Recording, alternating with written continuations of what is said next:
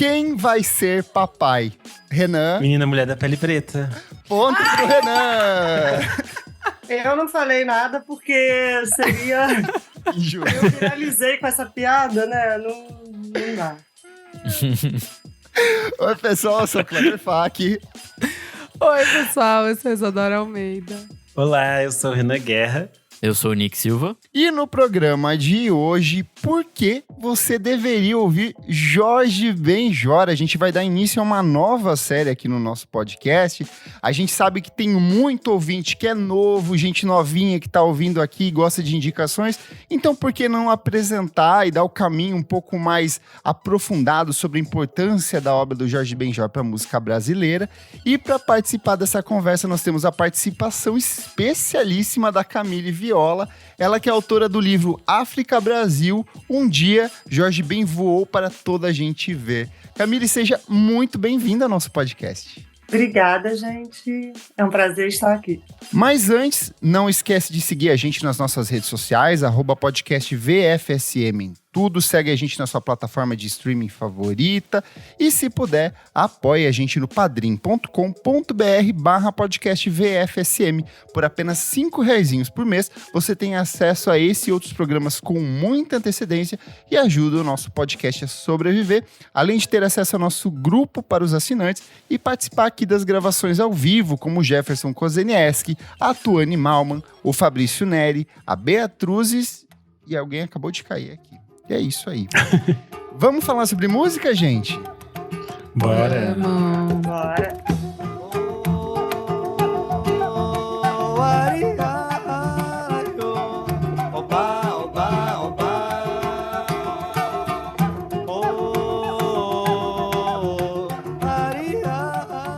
Eu acho que a gente pode começar o papo entendendo um pouco sobre o seu trabalho, né, Camille? Qual é a sua paixão por música e como que surgiu esse interesse pelo Jorge Ben até que chegar nesse livro e nessa pesquisa tão intensa e extensa sobre a obra dele? Como foi o primeiro contato com a obra de Jorge Ben?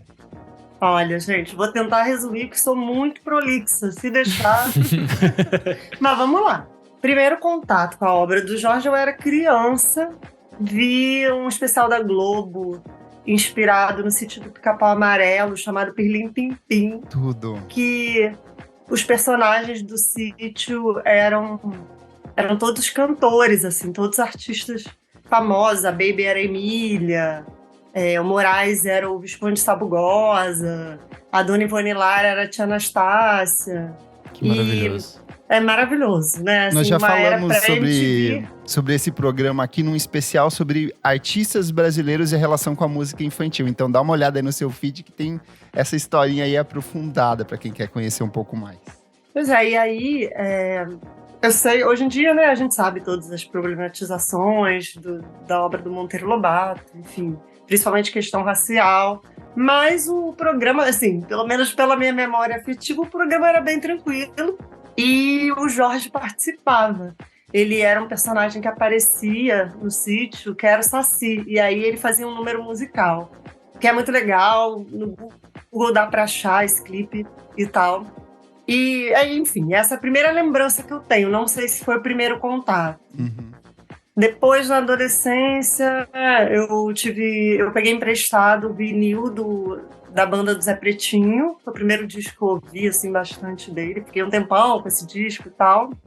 E aí, no início dos anos 2000, com a história da digitalização da música, da gente ter acesso a muita coisa antiga e tal, enfim, música de todos os tempos, né? Eu comecei a ter mais contato com as músicas antigas do Jorge, anos 60 e 70. E aí eu comprei uns CDs do Jorge, e aí que tinham sido relançados e tal, e comecei a ouvir. Em 2002 ele lançou o acústico, e aí também fui ver o show, e aí a partir dali eu passei a acompanhar muito. Você viu a gravação do show? Não vi a gravação, Tá. eu tenho uma amiga que foi ver, eu não vi não, eu vi o show de lançamento Entendi. mesmo, lá no Via Parque, que não sei se, que hoje é o Qualistage, que eu não sei se na época se chamava Via Parque mesmo. No Via Parque o shopping se chamava, mas Metropolitan, né, que mudou Sim. vários Sim. nomes. Eu fui ver o show de lançamento lá e desde então eu vejo o máximo de shows dele aqui no Rio que eu consigo. E aí, em algum momento, acabei tendo a chance de conhecer o Jorge também, porque apesar dele ter morado por muito tempo nos Estados Unidos, ele sempre vinha nas férias e ele sempre vem em abril.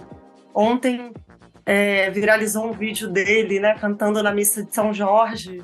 É uma Sim. coisa que ele já faz há muitos anos. É que antes a gente não tinha missa transmitida pelo YouTube, então isso não viralizava, mas ele sempre vai, ele só não foi na pandemia e por isso era muito comum o Jorge fazer show no Circo Voador em abril para ele estar no Rio, para ele poder ir à missa. Até o padre fala que ele vai todo dia 23 à igreja celebrar São Jorge. Agora que ele mora no Rio, né? Quando não está viajando, acaba indo lá. Enfim. E aí eu acabei conhecendo o Jorge. Foi uma situação super engraçada. Eu estava cobrindo um desfile da Gisele Bündchen, cheio, aquela confusão. E aí a editora que estava comigo falou: tem um lugar aqui na minha frente. Quando eu sentei, era o Jorge, do meu lado. Nossa! Com o Gabriel, filho dele mais novo. E aí, eu tenho até uma foto desse dia, porque passou um fotógrafo conhecido depois. Eu falei, tira uma foto nossa. E aí, tava o Jorge lá, e eu fiquei tentando, assim, ser meio blasé, conversar com ele naturalmente. E ele foi sendo simpático. Mas em algum momento eu não aguentei e falei, cara, eu sou muito fã, tenho quase todos os seus discos, amo seu trabalho, nem acredito que você tá aqui do meu lado. Enfim, soltei tudo de uma vez. Enfim, e aí nesse período, isso foi em 2007, e aí até o ano seguinte foi um período que eu encontrei ele várias vezes, razoavelmente, assim, com uma frequência razoável para quem nunca tinha encontrado. Em festa, premiação, essas coisas. E aí, nesse meio do caminho, eu trabalhava no jornal aqui do Rio, né, o Jornal O Dia, e falei com a minha editora, por que a gente não faz uma biografia do Jorge e tal? Eu já era fã dele e tinha uma editora grande interessada, mas tinha tido aquela história de recolherem os livros do Roberto Carlos, né? Então, a editora disse pra gente, olha, a gente tem muito interesse, mas só se ele autorizar. E aí a gente ficava meio perseguindo, stalkeando o Jorge. Ele frequentava o Corujão da Poesia, que era um evento aqui, a gente ia, assim, de madrugada. Uma vez eu vi ele posando para uma foto, tipo, 4h30 da manhã pra capa da Trip, sabe? Uma capa da Trip. Gente! Sim. A gente tava lá. Enfim, stalkeando o Jorge, e ele solícito, já me reconhecia e reconhecia essa minha editora, Carla Prado. Eles sempre se encontravam em camarote de carnaval, e aí ela sempre tirava foto com ele, e ele sempre falava pra ela, Camille vai ficar com ciúme, hein? Enfim, ele já sabia quem eu era, imagina isso, né? E aí até que chegou um ponto que a editora falou, gente, a gente precisa dessa autorização, e aí? Aí a gente foi falar com o empresário dele, que na época era o irmão do Nazi, o Júnior. Gente! Meu Deus. Que rolê aí, aleatório! Ele foi empresário do Jorge um tempo. Ele foi super legal, ele falou, mas eu tô deixando de trabalhar com ele, fala com a família. A gente falou e eles foram super gentis. Não quiseram. Vale lembrar que naquela época era proibido, né, fazer biografia sem autorização. A gente teve um período aqui no Brasil que ficou proibido. Sim. Né, por reflexo. Aí, enfim, vocês lembram, né? Aquele momento todo, procure saber, os artistas não querendo que isso fosse liberado, acabou sendo liberado e entrou em vigor em 2016 a possibilidade de fazer as biografias sem autorização do artista. Muito tempo, né? Agora parando pra pensar, é um tempão, quase uma década aí parado, né? Pois é, e aí eu não me lembro de quando que entrou em vigor isso, mas com certeza a biografia do Roberto foi um marco. Já tinha tido uma história da biografia do Garrincha, que já tinha tido também problema na justiça. Enfim, e aí teve essa liberação, muita gente me falava, e aí, e a biografia do Jorge? Eu, gente, enfim, passou a chance. Em 2018, Lauro Lisboa Garcia, jornalista musical de São Paulo, foi anos do Estadão, foi de vários jornais, estava coordenando uma coleção de livros pelas edições Sesc dedicados a discos da música brasileira. E aí ele me chamou para fazer o do Jorge. Ele sabia que eu tinha essa história de ter feito a biografia. Na verdade, ele achava que eu estava conseguindo fazer. E não, e eu, inclusive, perdi aquela abertura mínima que eu tinha com o Jorge, Sim. né? Porque depois que eles não quiseram, a gente acabou, enfim, perdendo um pouco o contato. Não tinha mais por que eu ficar stalkeando ele tanto. Eu sempre frequentei os shows, mas já não ficava tanto enchendo o saco dele, assim. Parou de stalkear, os 7 dias por semana eram só 3, 4, deu uma maneirada. Tipo isso. E aí o Lauro me chamou para fazer esse livro do disco, do África Brasil. Eu topei, claro. E aí comecei a me dedicar. Já tinha acumulado, assim, pesquisa, né, de anos. Foram mais de 10 anos depois, né? E aí foi isso. Teve uma pandemia no meio. Mas acho que no fim acabou dando certo. Perfeito. A gente fala dessas muitas histórias do Jorge Ben e quase desse mito que se existe em torno dele, né? Porque, querendo ou não, ele é como uma entidade da música brasileira, assim. A presença do Jorge perpassa as décadas, está acima de muitos desses movimentos musicais que acontecem paralelo à carreira dele. Ele troca com esses movimentos, mas ele tem uma identidade muito inconfundível. E acho que essa figura mítica dele vem desde o nascimento dele. E aí a gente tem essa celeuma em torno de qual é a idade do Jorge Ben, quando ele nasceu. E eu acho que a sua pesquisa esclareceu um pouco disso, né? Eu acho que antes da gente entrar nesses detalhes maiores sobre a obra, acho que a gente pode contar essa história que é um pouco curiosa, que é a definição da data de nascimento do Jorge Ben. Você pode contar um pouco pra gente? Quando ele surgiu, ele dizia que ele era de 1942, mas os amigos dele aqui e ali faziam piada, assim. Tim Maia fazia piada sobre a idade dele, e uma vez eu entrevistei o Erasmo, quando supostamente o Jorge estava fazendo 70 anos, e aí o Erasmo falou, ele tá fazendo 70 anos? Finalmente, né? Todo mundo fazendo, só ele que não fazia. Aí eu fiquei, ops. Mas, e aí, quando fui fazer o livro, resolvi pesquisar isso. E aí a primeira coisa foi, na verdade, descobrir o nome verdadeiro do Jorge, porque ele também... Esse sobrenome que ele diz, do Ilho, ele não tem, né? O nome dele é Jorge Lima de Menezes. Isso foi o ponto de partida para chegar na certidão. Eu comecei pesquisando de 42 para trás, porque depois ele começou a dizer que ele era de 45. O Pedro Soca, um jornalista de música aqui do Rio, encontrou ele na fila do reforço vacinal. Sim. Aí não quis falar antes. Eu lembro disso. Rolou no Twitter esse papo na época. Ele não quis assustar o Jorge, assim, e ele deixou pra falar depois, mas aí a pessoa que foi vacinar o Pedro atrasou e ele perdeu o Jorge, mas aí ele abordou a enfermeira e perguntou, quantos anos ele disse que tem? E ele disse que ele tinha 10 anos a menos do que ele de fato Meu tem. Deus. Ele disse que ele estava com 73 anos na época.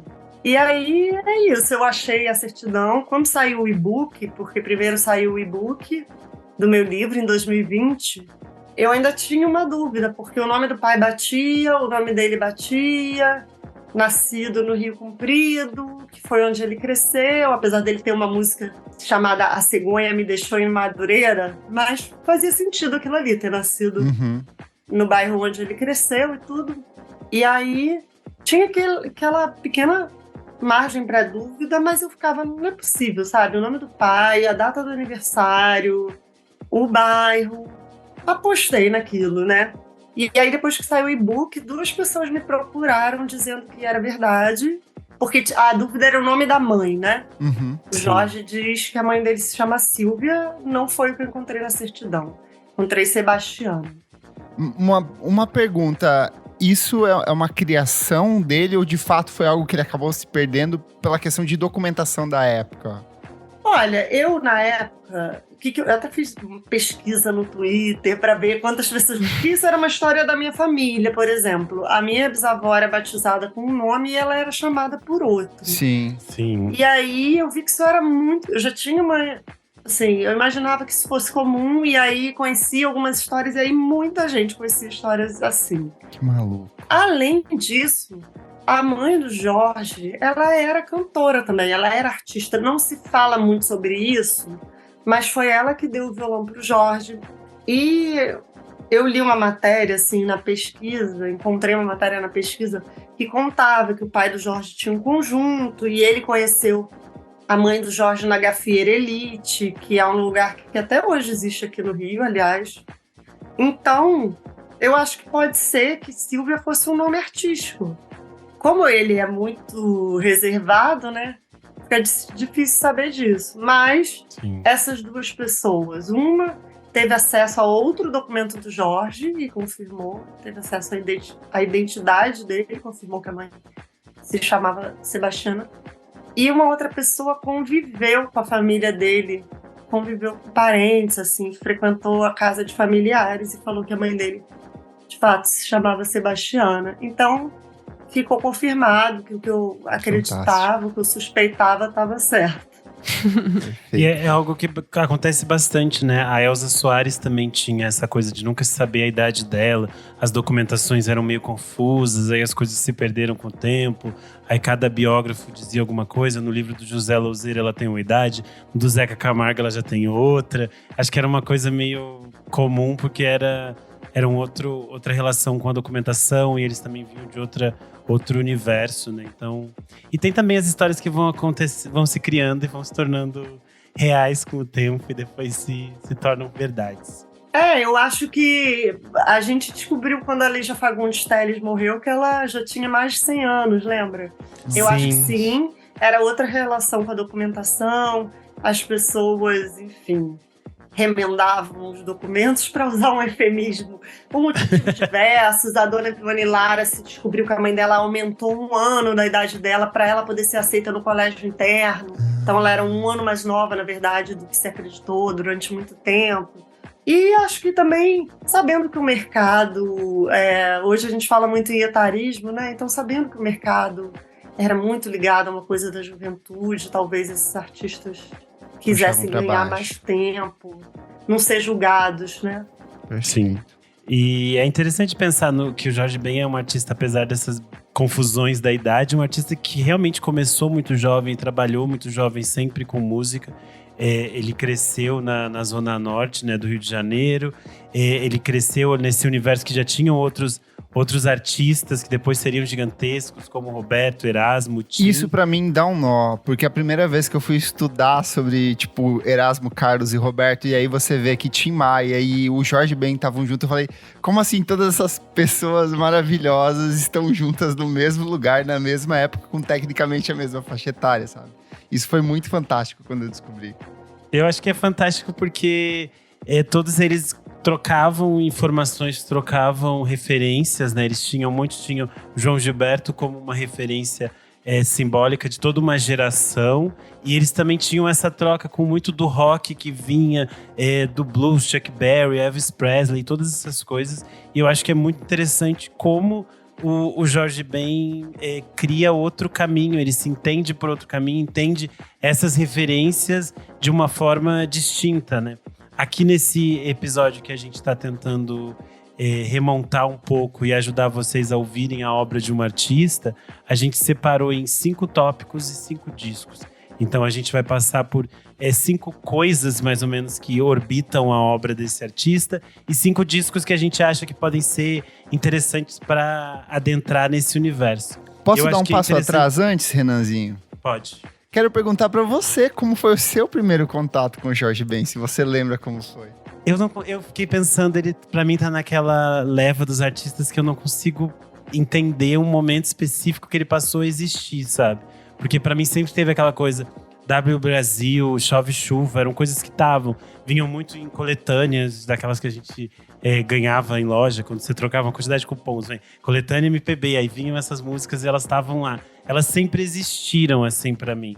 Eu fui ter um contato maior depois, quando eu já era adolescente, aí eu comecei a ouvir os discos inteiros. Aí eu fui ouvir Tábua de Esmeralda, essas coisas, e fui ter uma outra relação diferente. Mas é isso, tava sempre lá, né?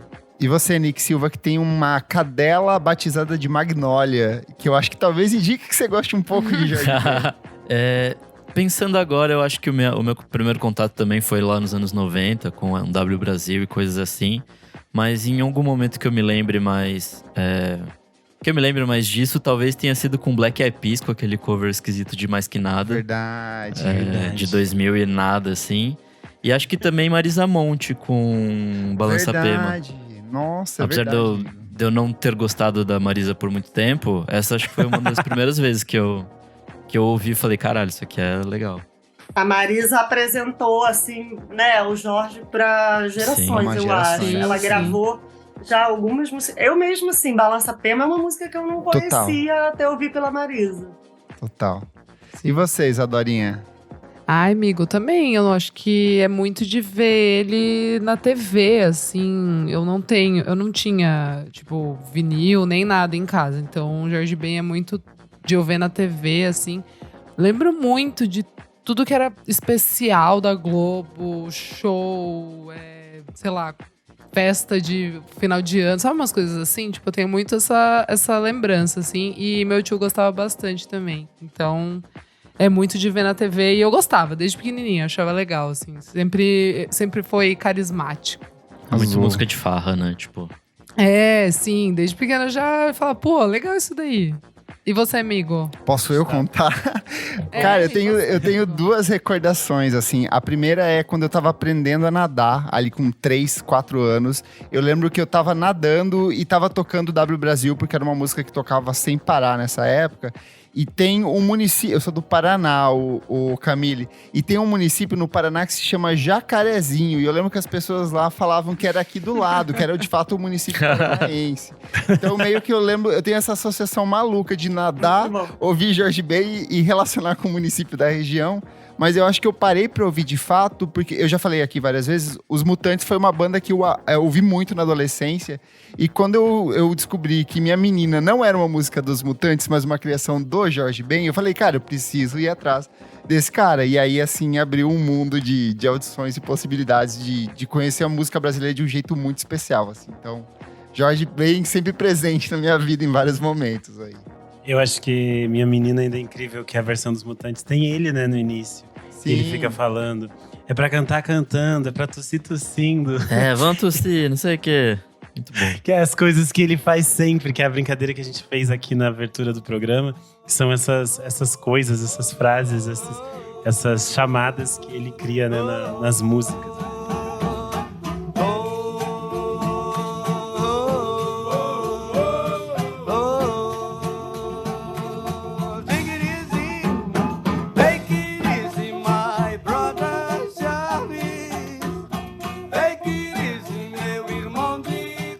Mas a gente acabou separando aqui esses 5 tópicos meio que pra gente poder entender um pouco o universo do Jorge Ben e os temas que ele toca, as coisas que ele representa. Eu acho que o mais simbólico pra gente começar é essa multiplicidade rítmica dele, né?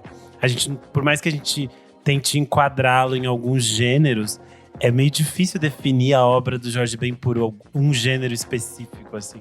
A gente pode usar esse termo guarda-chuva, que é a MPB, mas quase sempre ele está além disso, ele está pra frente disso, né? Porque no som dele tem a mistura do samba, do rock and roll, do samba rock, o samba lanço, a bossa nova, o jazz, o maracatu, o funk, o ska, e até coisas que depois a gente ia ver muito sendo replicadas no hip hop, ou que iriam aparecer no afrobeat. Então acho que tem muitas experiências e muitas sonoridades que convergem no som dele, né? E eu acho que a gente pode pensar os diferentes Jorges que a gente reconhece em cada experiência sonora, em cada trabalho, em cada nova experimentação dele, né? Sim. E acho que para além disso, ele era um instrumentista fudido, né? E ele teve um treinamento... ele teve um treinamento de pandeiro, né? Antes de tocar violão. Então acho que essa parte rítmica dele tá muito presente, né? Esse lado do violão, de trazer essa coisa rítmica que veio meio que da bossa nova e do samba, né? Ele transforma em outra coisa completamente diferente. Ele amplia, E aí, né? na fase Muito que ele maior. vai ficar elétrico, quando ele pega a guitarra, também vira outra coisa, assim. Então, essa parte de instrumentista, realmente, ele é maravilhoso. Você tem alguma fase favorita, algum gênero favorito que ele mergulhou, Camille?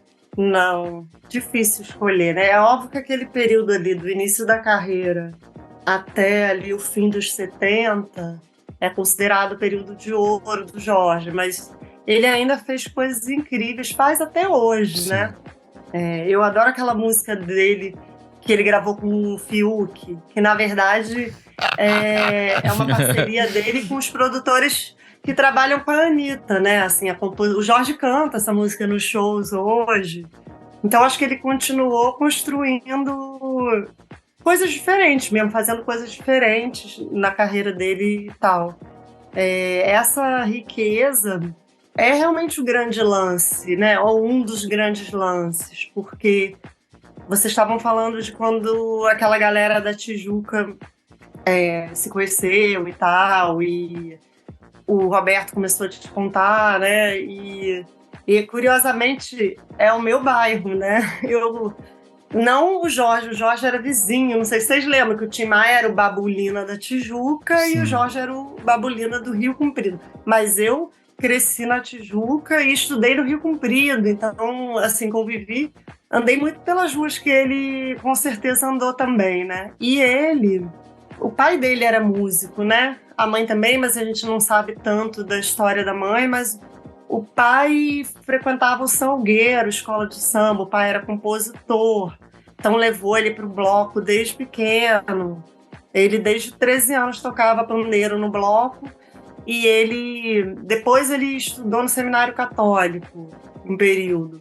E aí ele aprendeu a tocar órgão, canto gregoriano, enfim, piano, e aí ele foi só enriquecendo, né? E ele não falava muito, mas dá para perceber a influência de música de terreiro muito forte no trabalho Sim. dele. Então isso é uma influência também. E aí ele foi assimilando essas influências e criando coisas novas, né? Ele fala que o pai ouvia em casa Jackson do Pandeiro, Luiz Gonzaga. Ele fala de escutar jongo, de ver o jongo com o pai. Então, tudo isso foi, né? Quando começou aquela coisa do rock, ali com a galera a turma do Divino, né? Que era essa galera, ele já tinha essas outras referências todas, né? Que são referências muito específicas de famílias negras cariocas, né? Que Sim. talvez os colegas ali não tivessem tanto. E ele, desde o primeiro disco, ele traz essa referência da cultura negra. Eu brinco que ele, desde o início, já vai dizendo que uma das primeiras músicas que ele gravou foi Mais Que Nada, e ele fala, esse samba que é misto de maracatu, é samba de preto velho, samba de preto tu. Ele já tá dando umas dicas aí dessa mistura, né? Boa. E é interessante que nessas primeiras canções já deixam claro esse olhar dele, que é algo muito único, né? Em Rosa, Menina Rosa, ele também vai falar de novo desse samba que é diferente, essas coisas. Eu acho que ele já tem muito claro que ele entende as coisas que estão passando por ele, mas ele traduz isso de uma outra forma. Eu acho que isso é muito interessante. E eu acho que essa própria perspectiva dele se entender enquanto sua negritude e com todo esse histórico que ele traz é muito importante para todas as temáticas que ele vai apresentar nas suas canções, né? Para além do ritmo. E aí eu acho que a gente chega no segundo tópico, que seria uma outra história e um outro futuro. Porque Jorge Ben tem um olhar único para o nosso passado e para as possibilidades de futuro e para tudo que é de místico e metafísico em nosso entorno. E aí a gente tem uma tríade de temas que vira e mexe acabam voltando dentro da obra dele, que seria a religiosidade, o que, aliás, eu achei curioso. A gente está gravando esse episódio no dia 24 e a gente não pensou nisso. Sim. Dia 23, o dia anterior foi o dia de São Jorge. O meu irmão faz aniversário no dia 23, a gente ficou ouvindo música de São Jorge. Eu fiquei o final de semana inteiro pensando em coisas de São Jorge. Eu acabei de relacionar que eu nasci numa cidade chamada São Jorge. Então, tá cheio de coisas aí. Eu acho São Jorge uma figura muito forte. E é uma dessas figuras místicas e religiosas que sempre aparece na obra dele, vai se repetir muito, assim como outros santos católicos, como Santa Clara, Santa Bárbara, e todos esses mitos e essas histórias, essas narrativas grandiosas desses santos. Além disso, a gente tem uma religiosidade que é encontrada num novo futuro, né? Que vem a partir dos alquimistas, que tem a ver com esse passado que cria coisas novas. E aí a gente tem Hermes Trismegisto, os alquimistas, essas lendas todas que tem a ver com isso que a Camille estava falando, do tempo que ele passou no seminário, né? E todos os aprendizados dele. Eu acho que todas essas coisas meio que se amalgamam, né, nessas ideias que ele tem. E eu acho que ele tem uma pesquisa muito interessante sobre alquimia, sobre esses estudos. E eu acho que aí vai se descambar no que… Pô, ele fala do Paracelso e a Gravata Florida, que é a música mais maravilhosa do Tábua de Esmeraldas. Ele fica descrevendo como é essa gravata desse antigo alquimista. E é uma das músicas que eu mais gosto, assim. É maravilhosíssima.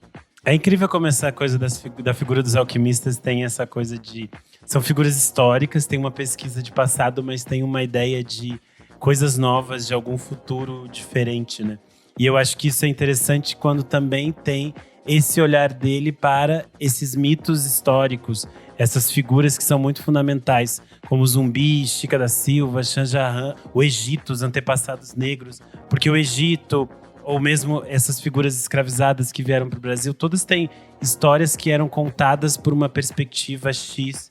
E as músicas do Jorge Ben, elas nos contam essas histórias por uma outra perspectiva. Eu acho que isso é muito interessante, como ele faz a gente ter outros olhares para nossa própria história e para as nossas possibilidades de construir um futuro, né? E eu acho que esses temas são muito fundamentais até para a construção de uma memória coletiva de quem a gente é enquanto país, enquanto uma comunidade, né? Eu acho que isso é bem fundamental. Eu queria entender da Camille, assim como você percebe essa presença e essa repetição desses temas que são pesquisas muito importantes para ele, né? Tem também o futebol, né? Que aí futebol ele também, né, fala muito. O Jorge, ele tem mesmo esses fascínios, né? E ele vai desenvolvendo músicas. Ele tem aquele período ali do que alguns chamam de trilogia mística, né? Que é o Tábua, o Solto Pavão e o África Brasil, que ele tem músicas explícitas sobre alquimia, mas na verdade ele nunca deixa de fazer. Ele vai trazendo esse tema de forma mais ou menos explícita ao longo da carreira dele, né? E tem essa coisa da Idade Média, né? A própria alquimia tem a ver com o fascínio dele pela Idade Média. E a própria história do São Jorge também acaba entrando nisso, porque ele faz essa brincadeira do Jorge, que é um santo, que é um guerreiro, que tem o mesmo nome dele, né? E isso é uma coisa curiosa, ou é o Jorge que voava. Enfim, esse herói, esse mito, esse cavaleiro medieval que se confunde com ele próprio, né? É uma brincadeira que ele faz. Agora, essa coisa que vocês falaram do dia de São Jorge, né? O Jorge sempre tem umas coisas assim, mágicas e, sabe? Enfim, eu imagino, né? Eu também, super. Eu, quando fui chamada para fazer esse livro, eu estava fazendo um curso de alquimia. Olha isso, qual a possibilidade? Fazer um curso de alquimia. Eu estava fazendo um curso de alquimia que levou 10 meses, assim, com um astrólogo aqui do Rio. E que foi muito bom, porque me ajudou, assim, a ver nas letras, as referências menos óbvias, né? Sim. O livro me debruça um pouquinho. E eu tinha já, assim, terminado meu livro com a pandemia já rolando, sem falar com o Jorge. E aí eu consegui entrevistar ele, porque eu estava trabalhando no Museu do Gil, e ele ligou para Flora Gil com saudade, e ela falou da entrevista, e eu entrevistei ele no Dia da África, o livro sobre o África Brasil, na véspera do meu aniversário. Quer dizer, Jorge sempre tá… Que legal. Conexões. Não é? Sempre tá. Não, sem contar que eu cresci no bairro que os amigos… Eu estudei na vizinhança do Jorge, então assim, ele era do bloco Cometas do Bispo. Rua do Bispo é uma rua que eu estudei nessa rua. Então eu fico pensando, gente, a gente andou pelas mesmas ruas, né? Assim, são muitas coisas. Ele tem essa magia, gente. Sim, o homem tem essa magia aí. Ele é o alquimista. Verdade. Com certeza. E eu acho que tudo isso ele vai trazendo esse fascínio dele por vários temas, esse fascínio dele por leitura, por citar referências a filmes, e vai se dedicando aos temas que ele gosta mais mesmo. O amor romântico, né? O Jorge tem muitas musas platônicas. Por exemplo, Oba Lá Vem Ela virou um pouco trend, né? Eu vi muitos vídeos Sim. assim nas redes sociais com essa música. TikTok, ela faz um sucesso enorme. E é uma música, por exemplo, platônica, como muitas outras do Jorge, né? Então, é sempre uma musa... É sempre não, mas muitas vezes é uma musa, assim, bem idealizada, pura, todinha de branco, todinha de rosa, né? São figuras que se repetem ali. Claro, às vezes é uma musa da vida real também, como o Amante Amado, que ele fala, eu quero que você me pegue, me abrace, me aperte, me beije, me ame. Então, tem a musa da vida real também, né? E tem essa musa mais idealizada. Ele tem mesmo essas obsessões, entre aspas, que ele vai criando coisas incríveis, né? Histórias incríveis a partir disso. E a questão da cultura negra eu acho que é fundamental, porque a gente é um país de maioria negra que a gente não via muita representação positiva numa música de grande alcance, como era do Jorge, como é até hoje, né?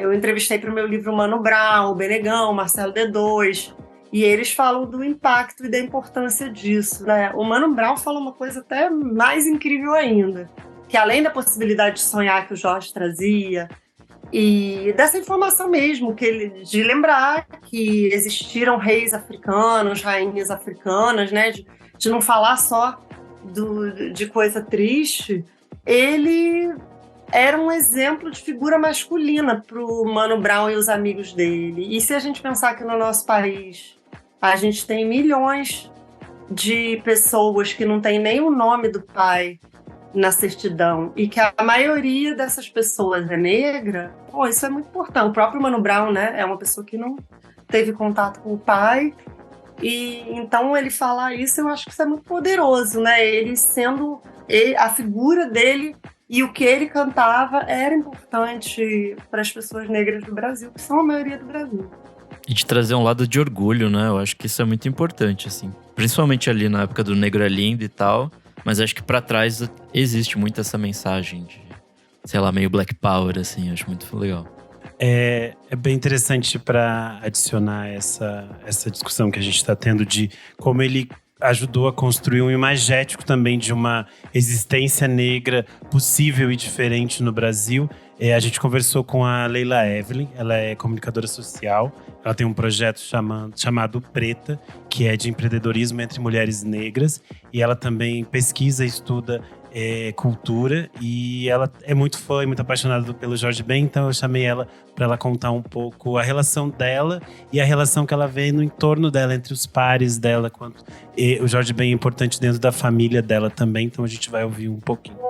Eu tenho a percepção que Jorge Ben, ele reconstrói coletivamente um imaginário não existente sobre a beleza e a existência da pessoa negra, né? Para além de questões latentes de luta, né, mesmo, propriamente dita, Jorge Ben veio trazendo algo que antes não era nem sequer pensado, né? Que é justamente sobre a existência para além desse espaço de corpo político de luta, né, de combate. Ele fala sobre amor, ele fala sobre perspectiva de futuro.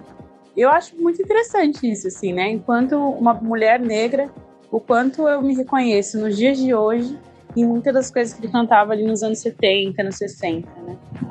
Para além disso, tem uma teoria muito interessante sobre Jorge Ben ser um viajante no tempo, assim, né? E eu gosto muito de pensar sobre isso de uma maneira, claro, lúdica, mas ao mesmo tempo muito coerente, né? Ele é um homem que trouxe do futuro um presente muito possível, onde as pessoas negras pudessem existir enquanto seres humanos, assim, né? E pudessem sonhar, e pudessem compor, e pudessem falar de amor, e pudessem falar de tantas outras coisas que muitas vezes nem eram sequer tensionadas, né?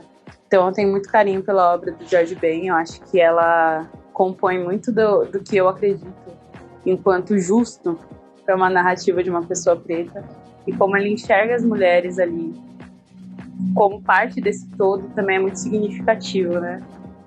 Elas são admiradas, são olhadas com carinho, enfim. Então, o Jorge Ben, ali como um grande amante de mulheres negras, como ele trazia essa perspectiva sobre a população preta, longe dos estigmas mesmo, é o que mais me atrai na obra em si. E ouvi-lo ainda hoje, com tanto significado, com tanta coisa ali dentro, ainda faz mais sentido, né? Faz mais sentido cada ano que passa. Então, enfim, sou grata demais à vida desse homem. E é bom que a Camille já puxou também as outras duas características que são bem marcantes da obra do Jorge Ben, né? Que é justamente essa questão do futebol, desse conceito dessa brasilidade a partir da camisa da seleção e das diferentes composições que ele tem. Fio Maravilha, camisa 10 da Gávea, ponta de lança africana. Eu acho que muito do que a gente entende como sonoridade do que é o futebol, para mim, esbarra diretamente na obra do Jorge Ben. A imagética do Pelé, para mim, por exemplo, ela é muito moldada com trilhas do Jorge Ben. Por exemplo, os programas do Globo Esporte que a gente tem no domingo. Era totalmente atrelado a usar essas trilhas como base para isso. Foi alimentar o trabalho de uma série de outros artistas também influenciados por isso.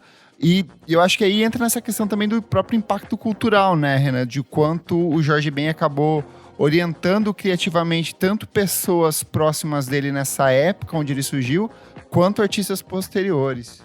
Sim, eu acho que tem esse impacto de criar uma relação que a gente tem, uma noção, acho que a gente tem de Brasil até, né? Porque a gente pensa, essa relação que ele cria de um imagético, de repensar a nossa história enquanto país, de trazer um novo olhar para as nossas mulheres, quando a gente pensa que historicamente a mulher, especialmente a mulher negra, ela é lida num espaço de hipersexualização, e na música dele elas aparecem de uma forma singela, em que elas fazem coisas delicadas e que ele é apaixonado por elas de uma maneira outra, que não apenas pela sedução. Acho isso muito bonito. E aí ele nos cria esse imagético do futebol, que é uma imagem muito brasileira, e ele nos mostra essa paixão através dessas narrativas que são as canções. E a gente tem esse impacto que a gente vê no reverberar em todos os outros artistas, né? Porque aqui mesmo a gente estava falando de como a gente foi ter contato com uma obra do Jorge, perpassava por outros artistas, né? Sim. Perpassava pela Marisa Monte, pelos Racionais, pelo Mano Brown. Eu acho que vai passar, por exemplo, a Cell. Eu lembro que eu fui atrás do Samba Esquema Novo por causa da Cell, que regravou. Aí tem outros artistas como Mundo Livre a Fernanda S.A., o Abreu. primeiro disco deles, gente, O Samba Esquema Noise, maravilhoso. Samba Esquema Noise, né? Tem, tipo, Fernanda Abreu, Paula Lima. Tem muita gente que a sua obra é basicamente é muito clara, e elas deixam muito pulsante o quanto, tipo assim, eu existo porque o Jorge Ben existiu antes de mim, sabe? Eu acho que isso é muito bonito. E eu também acho muito interessante que a gente citou esses artistas que eram do círculo dele, mas ele também trocou com esses outros artistas que vão vindo depois, né? Tipo os baianos, por exemplo, que a gente sempre fala, Gil, Caetano, Gal e Bethânia. Ele fez coisas com os quatro, ele, tipo, tem música com a Bethânia. E é, tipo, maravilhoso, porque ela tá num outro universo do que ela tava naquela época. Que eles cantam Mano Caetano. Mano Caetano.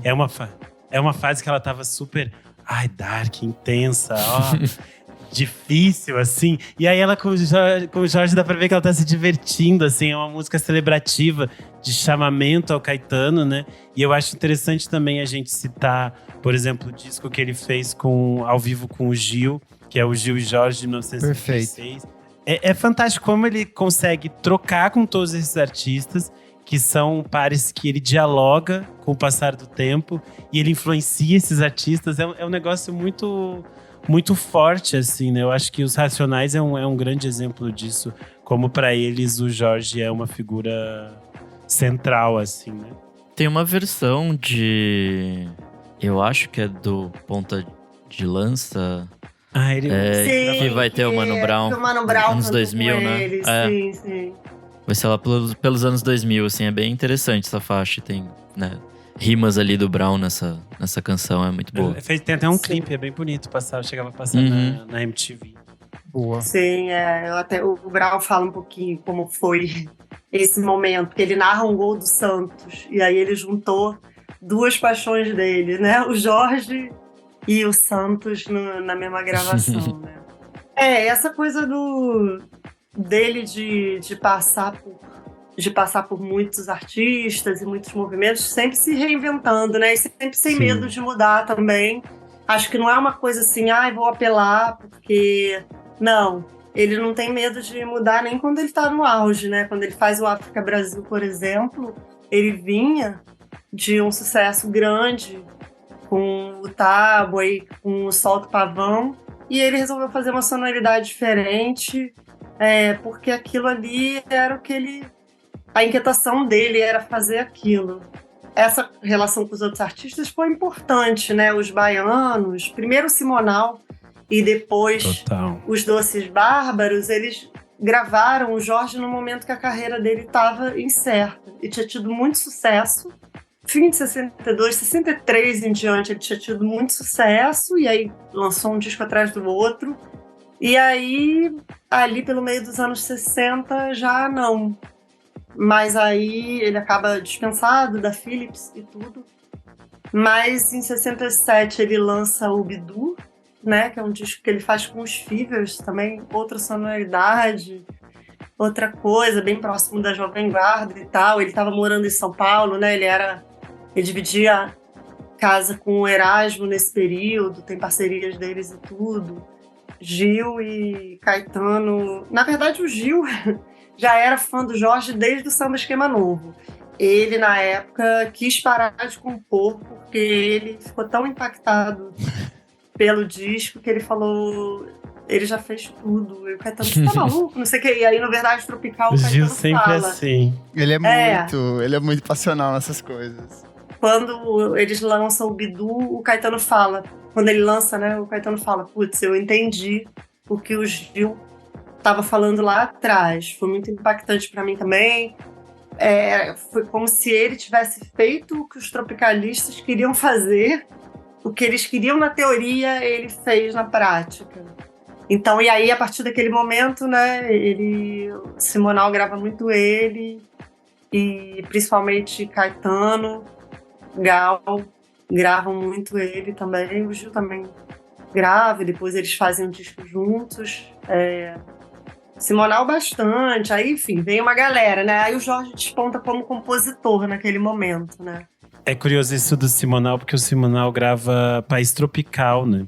Numa época que a ditadura já estava instaurada e isso pega super mal. As pessoas ficam, por que o Simonal tá gravando essa música? Porque era uma música que tinha saído lá antes, né? E é curioso porque depois essa música vai se tornar de novo um hit quando a Ivete Sangalo grava ela de novo. E é uma música que continua reverberando todo mundo. É tipo meio que um hino à parte, assim. Todo mundo conhece no país e sabe cantar. Mas que também não é ufanista, né? Não é exatamente, tipo, uma celebração desse Brasil da ditadura. É mais, tipo, uma vida o Brasil do simples Jorge e tal. Ben mesmo, né? Sim. É esse outros Brasis que ele ia cantar depois, que ele propunha, acho. né? Tipo, sim. Essa música, ela ia ser até gravada pela Gal, né? O biógrafo do Simonal conta. Aí o Simonal foi e viu ela cantando num show e gravou antes, mesmo sabendo que ela ia gravar, dane-se. Eu acho que tem duas questões aí nessa coisa da música ser ufanista ou não. O país, para usar uma palavra, né, que a gente andou usando tanto, era muito polarizado na época, estava muito polarizado, óbvio, porque a gente estava vivendo uma ditadura militar no Brasil, então, enfim, pessoas morrendo, pessoas... Caetano e Gil foram forçados a ser exilados logo depois disso, então era uma coisa muito extrema, e aí as coisas eram levadas muito a ferro e a fogo, né?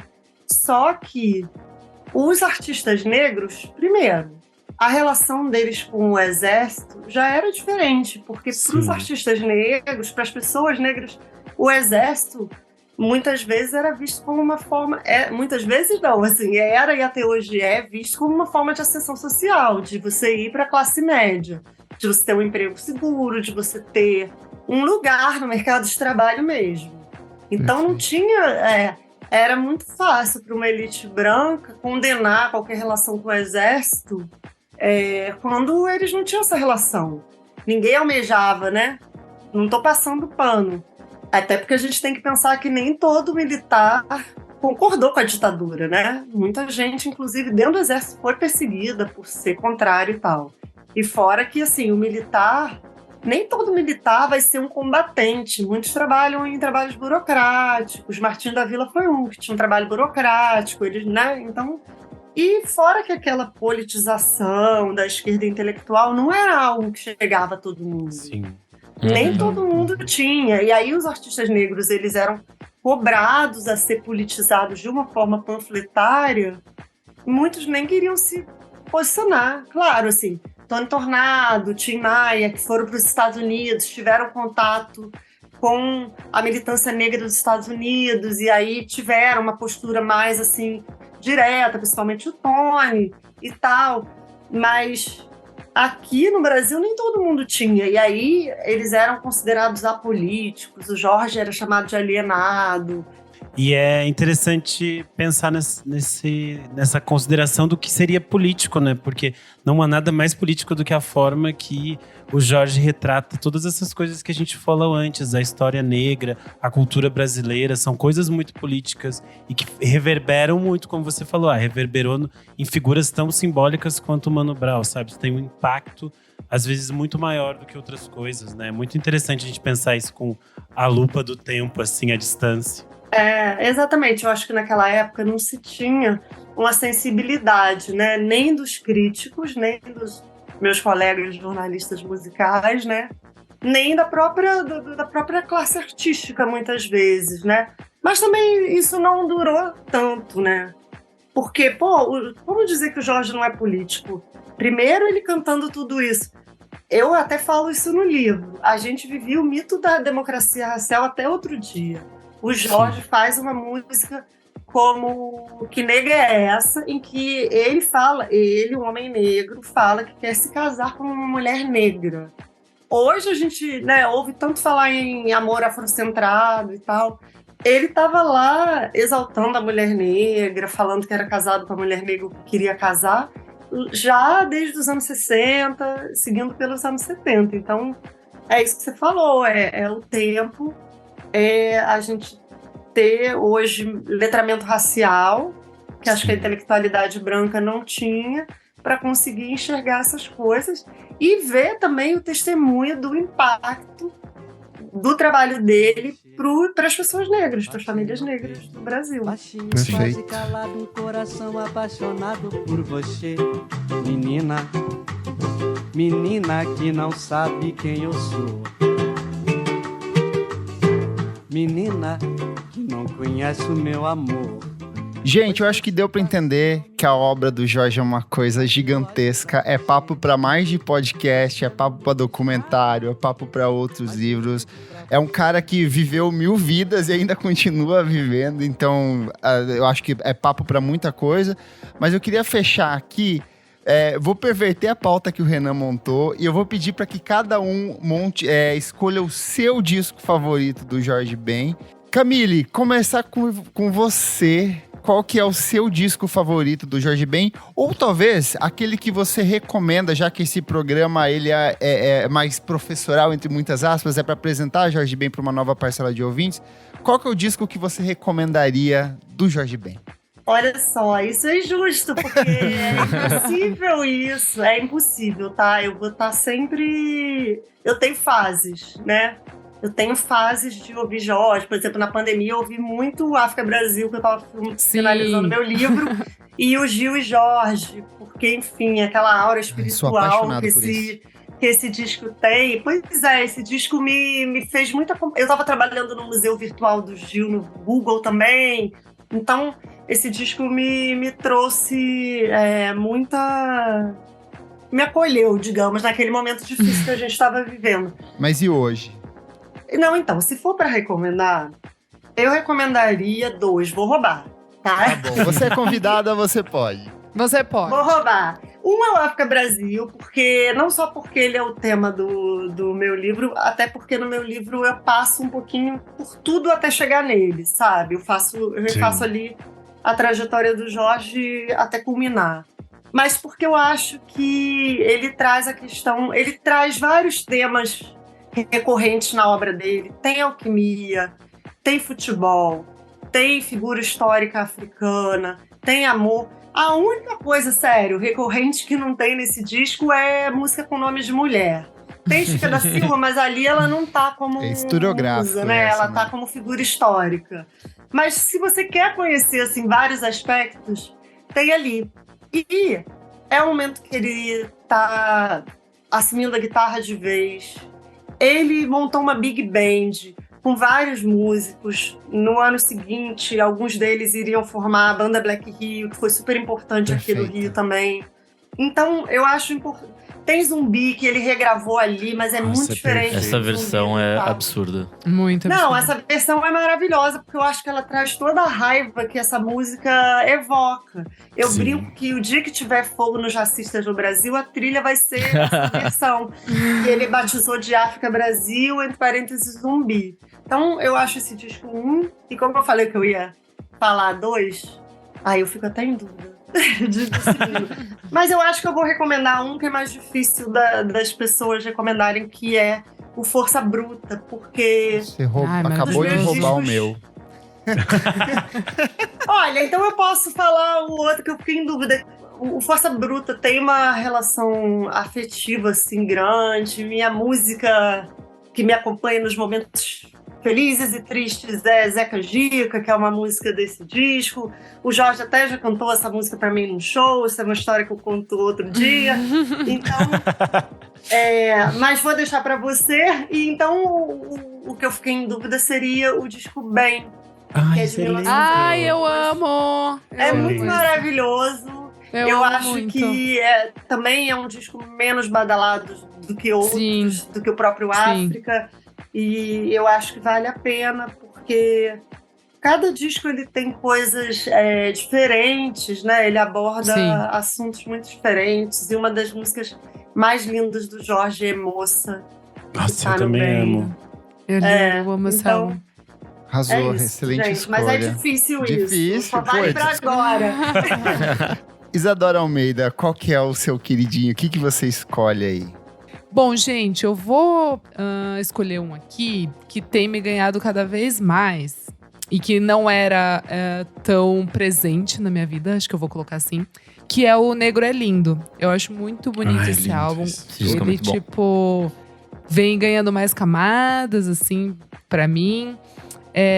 E é muito legal, porque ele fala muito, né, disso, do soul. Tem muita referência também da música americana da época, mas do jeito, claro, Jorge Benjor, brasilidade 1000 ali. Mas nossa, é muito tem porque é interessante, preciso, é proibido pisar na grama. Esse é perfeito. É tudo Cara, bom. não dá. Cassius Marcelo Clay, Tudo. que é tipo, uma homenagem pra Cassius Clay, né? Então, tipo assim, fala muito sobre, né, o movimento Black is Beautiful, enfim. Eu acho muito poderoso, assim. Eu acho que ele consegue sintetizar muitas coisas que estavam acontecendo no Brasil e no mundo, mas de um jeito muito Jorge Benjor das ideias. E que é isso, assim, tem músicas que são mais emotivas e músicas que são pra cima, e eu gosto muito. E Negro é Lindo, se eu não me engano, tem o arranjo do Arthur Verocai. Então, tipo assim... Em uma das músicas tem obra-prima. mesmo. Negro é Lindo. Boa. Caras, é isso. Perfeito. Nick Silva, eu vou fingir que eu não sei qual é o seu favorito aqui. Eu não posso não falar de Tábua de Esmeraldas aqui, né? É um disco maravilhoso, assim. Eu e a falecida Elo Cleaver já entramos, já falamos desse disco num Clássicos do FSM, então se você quiser ouvir bastante sobre, a gente fica, sei lá, uma meia hora falando só sobre esse disco, mas essa dobradinha dele, né, do Tábua de Esmeralda e do Solta o Pavão ali do ano seguinte, 74, 75, é maravilhoso, assim. Ele embarca bastante toda essa questão da alquimia que a gente falou aqui. Enfim, esse disco do Tábua, né, tem a produção do Paulo Tapajós, que é maravilhosa, assim. Ele trabalhou bastante com o Verocai ali nos anos 70 também, então tem toda essa ponte aí de coisas que a gente gosta bastante. E acho que fora isso, é o disco que tem a canção que batizou a minha cachorrinha, né? Então, amor total por esse disco. Eu amo essa música. A Magnólia que chegou em sua nave maternal doirada aqui em casa, foi lindo. Perfeito. Renan Guerra, que difícil, hein? É que vocês citaram quase todos os meus discos que eu também amo, então pra mim já tá tudo compreendido aqui. Quem quer ouvir, ouve todos os que foram indicados, que eu também dou o meu selo de garantia. Mas a minha dica vai um pouco diferente, que eu vou trazer o Jorge Benjor ao vivo no Rio de 1991. Tudo. Boa. Porque eu acho que é tipo assim, um aulão de quem é o Jorge Ben. Porque é tipo assim, quase 2h30 de disco, assim, uma paulada. Você ouve, tem muitas versões diferentes. Eu acho que tem vários momentos da carreira do Jorge. Tem um monte de pupurri ali no meio, né? Sim, ele mistura um monte de coisa. De repente, entra a escola de bateria, entra não sei o quê. E a gravação, assim, é numa qualidade absurda. E eu acho que os shows dele têm uma energia muito, muito única, muito surreal, assim. Ele pode mentir a idade quanto tempo ele quiser, porque ele continua extremamente jovem. E eu acho que esse disco, assim, quem nunca pôde ter a experiência de ver um show do Jorge Ben, eu acho que esse disco capta isso muito bem, assim, que tem essa compreensão da energia, da força, da coisa gigantesca que é, dessa coisa de um grande artista popular que movimenta uma plateia e que, meu Deus, é tipo assim, 2h30, gente, e você vai ouvir e você vai pensar, meu Deus, eu conheço quase todas essas músicas, eu sei cantá-las inteiras, e você fica assim, isso é o impacto de ter uma discografia maravilhosa, que ele poderia cantar mais 2 horas e ainda teria mais música boa pra cantar. É isso, maravilhoso. Jorge Benjor, ao vivo, 1991 no Rio.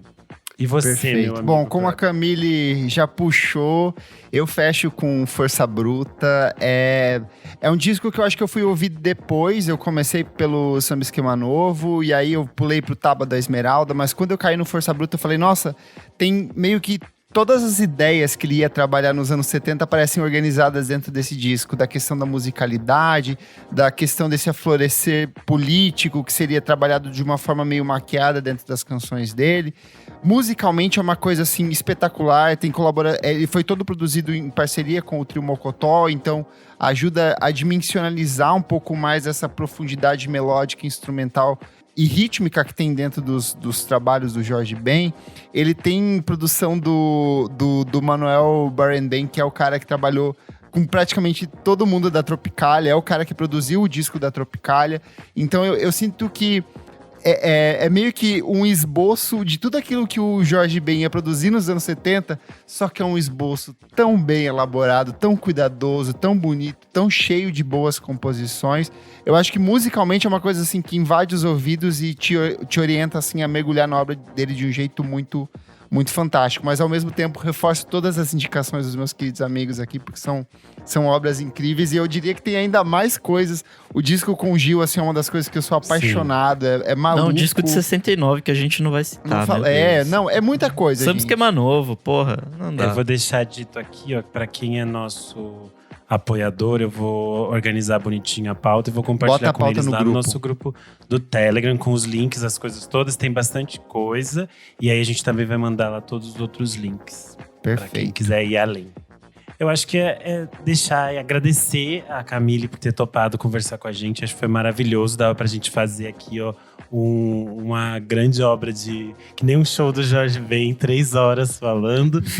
Eu acho que é esse espaço para você também trazer o seu serviço, onde as pessoas encontram os seus livros, onde elas te leem, te seguem, podem trocar com você. Esse espaço é seu. Meu livro está nas melhores lojas do ramo. Ai, mas chique! sério, Isso é muito chique!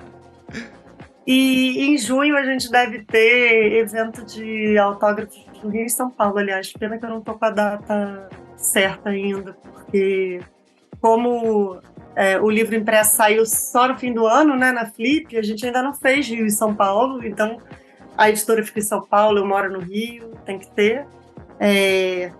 Me acham no Instagram, no Twitter, no Facebook, Camille, com K e 2 L's, Viola, como se fala mesmo. No Twitter é só @Camille, com K e 2 L's também. Vai ser um prazer. É muito legal isso, que os fãs do Jorge que leram meu livro mandam feedback. Isso é uma coisa muito legal que a internet traz, né? Assim, de poder... Sim. Trocar com as pessoas, de poder ter esse feedback mesmo. Eu adoro. Quem quiser dizer o que achou, enfim. É muito bom, porque, como vocês podem ver, eu amo esse artista muito. Estar relacionada à obra dele de alguma forma é algo que me deixa muito feliz, porque eu acho ele incrível. Antes de tudo, eu sou fã, né? Esse livro é um livro de uma fã, que, claro, não procurei passar pano nem nada, mas tanto que ele não deve gostar dessa história da idade. Mas eu sou jornalista também, e isso como a gente falou, isso não importa, isso é uma bobagem. O que importa é a obra dele, tudo que ele fez pela música brasileira e mundial, né? Que ele é um artista admirado internacionalmente. Então é isso. E obrigada a vocês. É um prazer falar sobre o Jorge. Foi um prazer falar com pessoas que são fãs também. É muito bom. Maravilha. Vamos então para o nosso segundo bloco. Não paro de ouvir.